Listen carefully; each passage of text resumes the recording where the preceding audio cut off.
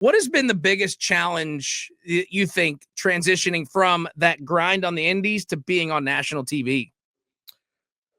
I feel like for me, and this is like, I guess it's kind of something you would expect, but I feel like almost like everything I did on the indies was like wiped out and it was almost like a whole nother clean slate. And I worked hard as I could on the indies, still do to this day, working as hard as I can. But it definitely felt like there was a reset button hit or something that was like, okay, yeah, you've done what you've done on the indies, but what are you ready to do on a professional level? What are you ready to do as far as putting in the work, putting in the time, constantly, staying on the grind?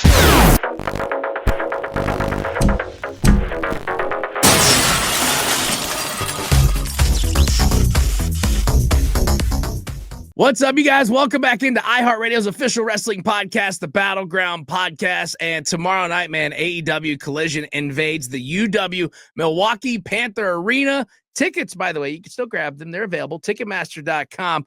Today on the show, this is an exciting one for us. I mean, let's talk about it. He is a cowboy with a mean streak, a bounty hunter who gets out there and collects dubs, and, one of the hottest rising stars in all elite wrestling. Welcome to the show, Bryan Keith. My man. Thank you, there my he brother. is. Thank you for having me, dog. Thank you for having me. Absolutely. It's an honor and a privilege to have you. And before we talk about your match tomorrow night with Top Flight, I got to ask, how surreal has this AEW run been for you? I mean, you've been grinding for years. We've seen you on the indies, and now here you are on the big stage. Does it feel real yet for you?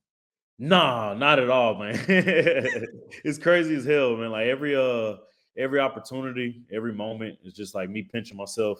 Can't believe stuff's happening. We're going to Australia, going on the Jericho cruise, working with Chris Jericho, just in every single match I've had so far, just, definitely not only lived up to what I thought, but surpassed it. And, I'm blessed, I'm honored, and I'm here to work. I'm here to get to work, to do great things in AEW, and I'm going to hit the ground running, that's for sure. Absolutely, for sure. And it's been incredible because, I mean, we sit here and we saw the reports about, is Bryan going to AEW? What's going to happen here and there? And then all of a sudden you show up out of nowhere. And, we got to kind of go back and talk about it. You're had an incredible run on the indies. A lot of fans have been waiting for you to get this moment, to be on national TV. What has been the biggest challenge, you think, transitioning from that grind on the indies to being on national TV?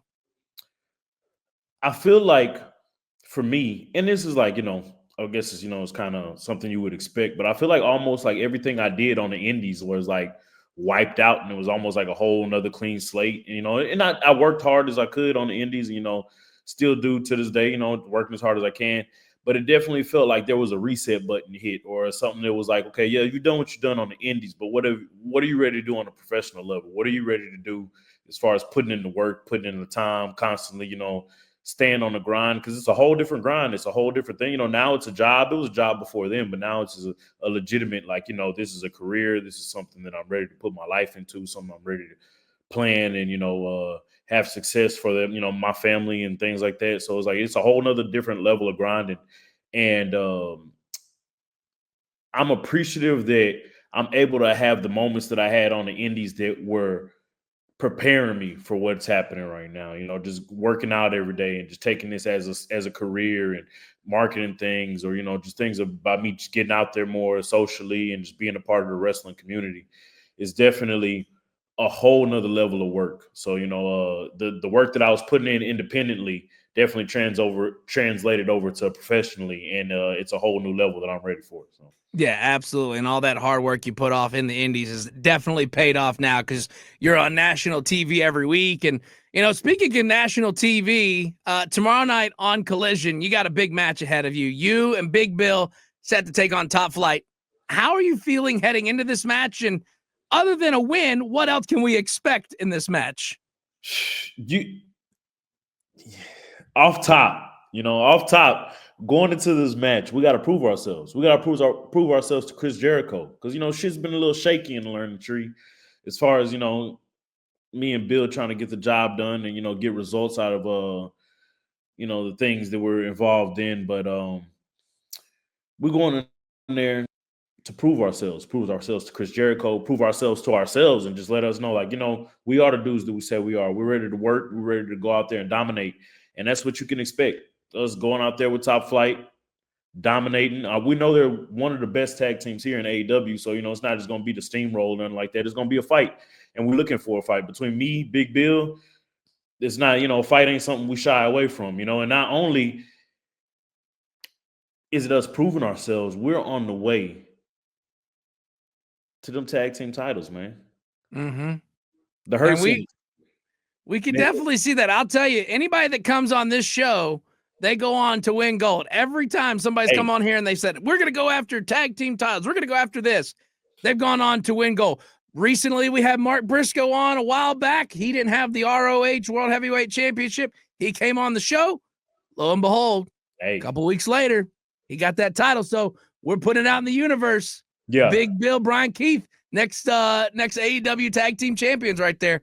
Yeah. The best way to put yourself in that position or to just show that you're ready for that is stacking up them wins, and it starts with Top Flight. So absolutely. Of course, you're going to be able to watch that tomorrow night on Collision, or you could be there in person as AEW invades Milwaukee, UW Milwaukee Panther Arena tomorrow night. Tickets still available. Grab those at Ticketmaster.com.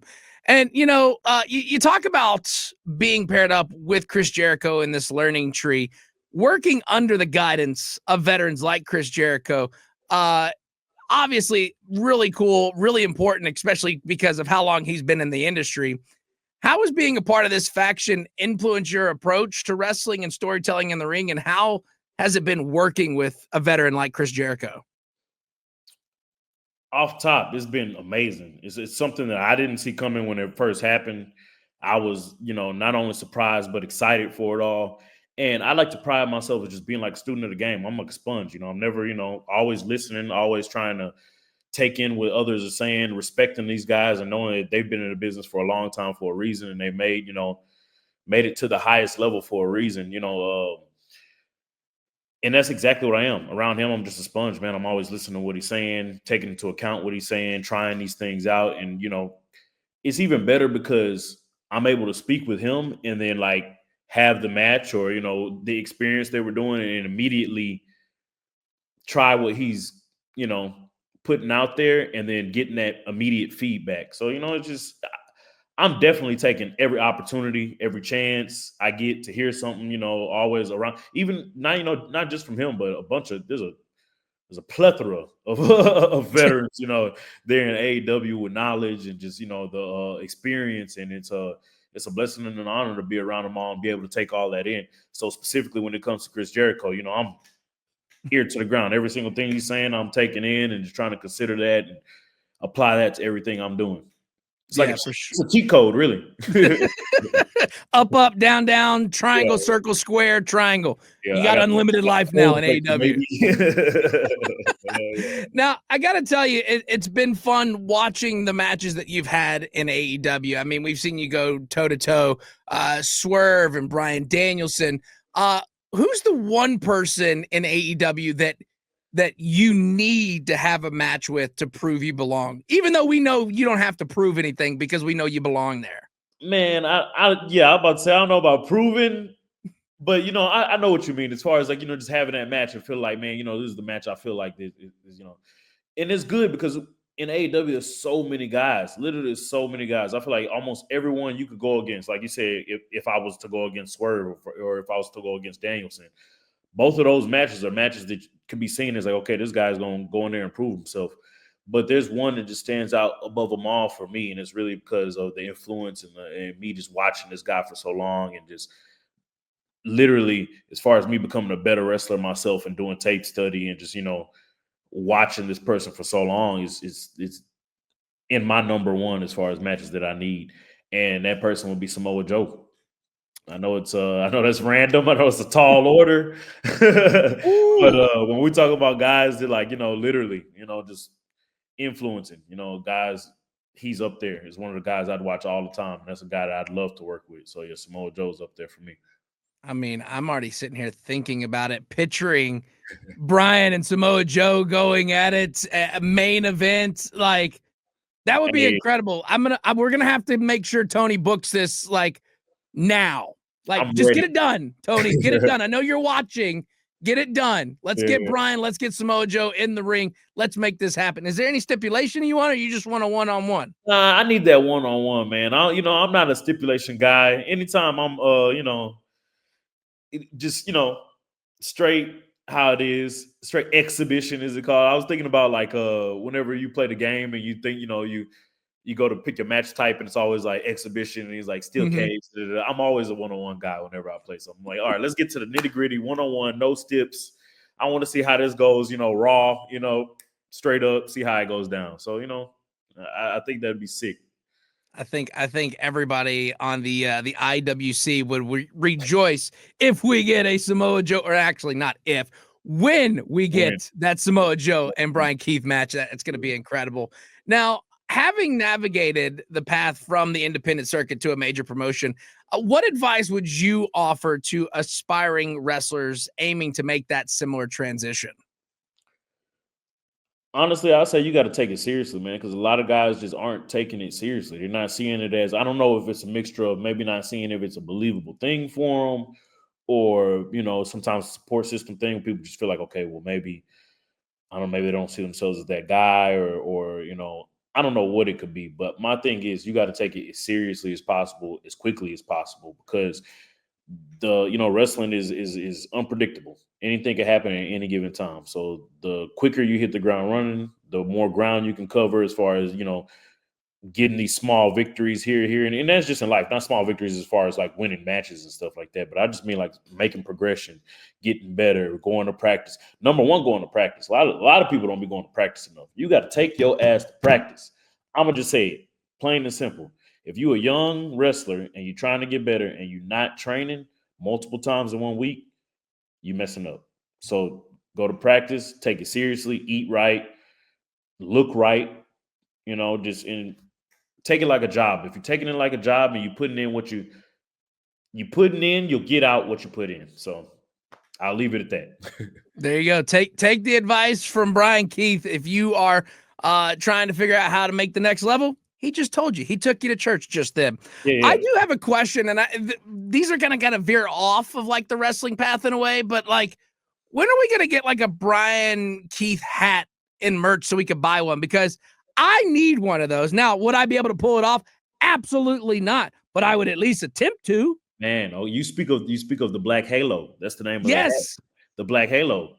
Well, there's only one man that can wear the Black Halo, but maybe we get some replicas going out there. That'd be cool. That's a lot of dead snakes you got to kill to make all those hats, man. I'm sure you could probably like make it.